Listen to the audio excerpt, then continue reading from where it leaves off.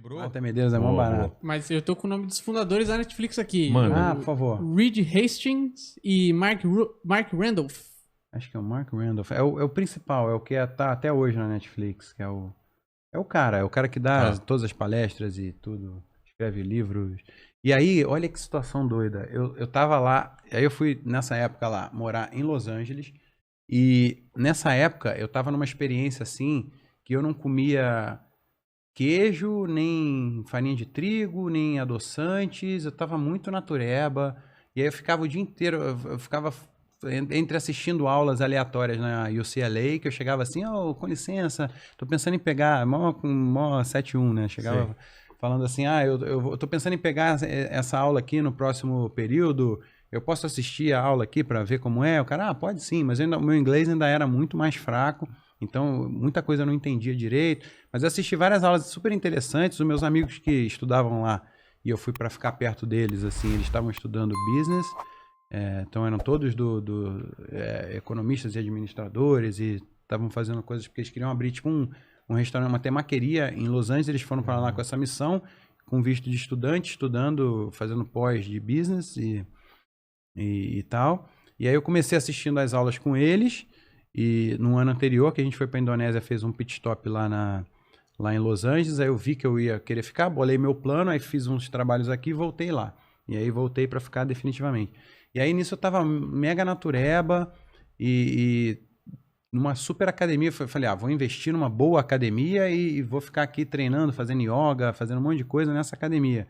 Que era uma academia que era um super clube, tinha toalhas geladinhas, toalhas quentinhas, e era uma super academia, piscina coberta, não sei o que, então eu usava como um clube, eu ia todo dia e fazia musculação e depois fazia yoga, eu tava na fase de fazer yoga. E os atores lá, os caras famosos? Não tinha nenhum famoso na academia. Então... Porque lá as pessoas, acho que elas vão em coisas privadas, né? Deve ser, né? Mesmo sendo caro, era caro, tanto que foi uma facada, assim, a mensalidade do negócio, mas eu acho que valeu muito a pena porque eu passei várias horas lá dentro e foi bom pra mim, assim.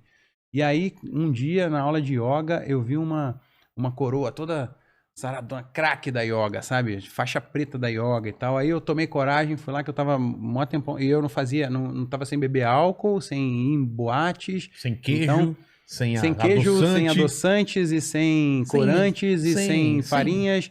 E noitada, então eu tava também passando por sérias dificuldades de relacionamento, eufemisticamente falando. Tava subindo seca. Pelas paredes, tava na seca.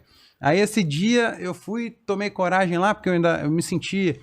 Foi engraçado isso, porque eu achava que eu ia usar o não falar inglês como uma coisa a meu favor.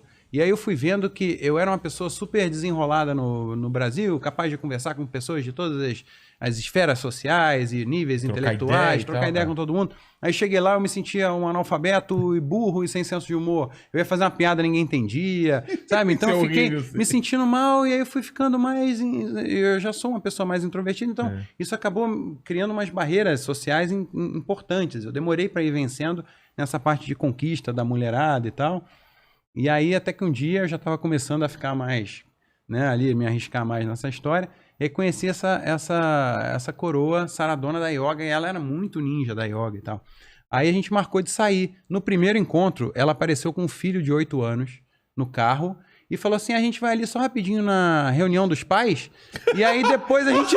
Aí eu falei... Só que eu tava naquele módulo gringo, que tudo é legal, sabe que você tem que ir ao banco, porque deu problema no seu cartão, assim, que legal, olha um banco em Los Angeles, olha, esse é o Chase, né?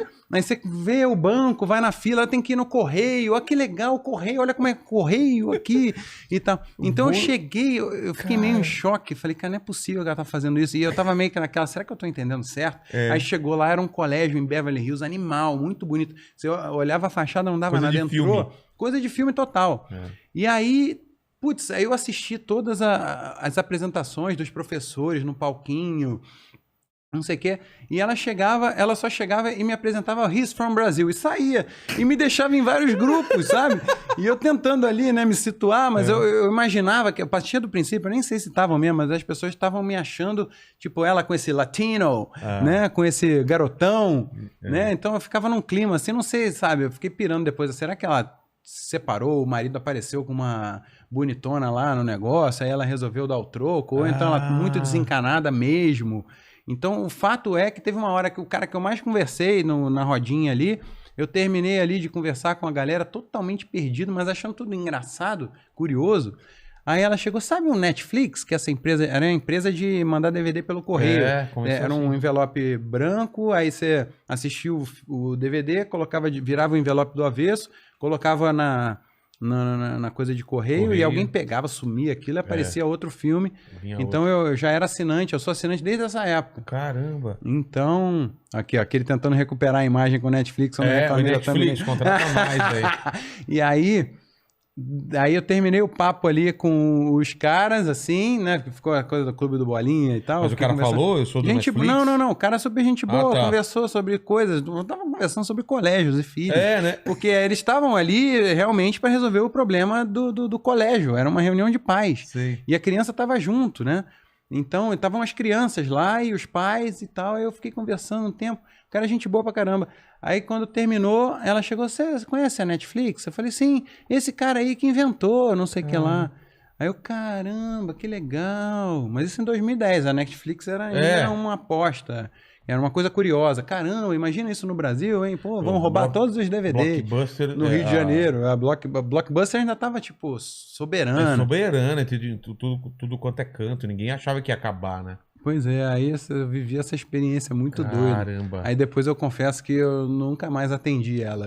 Porque aí depois a gente saiu da reunião de pais, passou no supermercado para comprar leite, que o filho dela queria leite, tinha acabado o leite. A gente deixou o moleque em casa e depois foi no carro, ficou um pouco no carro. E aí eu fiquei, cara, que loucura. Estranha. O que será que ela vai aprontar no próximo encontro? Eu paguei para não ver, sabe? Eu joguei a bomba de fumaça ali. Pensou, ela passa de carro e fala assim, hoje... Vamos jantar com meu ex-marido, né? Sei lá, cara. Aí eu fiquei com medo, aí eu fiquei meio travado. Eu devia ter ido, né? Porque eu não tinha nada a perder, eu tava ali vivendo coisas... Ia ter história pra contar, né, cara? Então, essa história acabou virando uma história pra contar, né? Caramba. Em viagem é muito engraçado isso. Cada perrengue vira uma história pra contar. Só pra você ter conhecido o cara que criou a Netflix. Na escola dele, né? Talvez ele lembre disso, né? Uma coisa tão inusitada. Um dia você encontra com uma coroa excêntrica que levou um garotão numa reunião de pais e...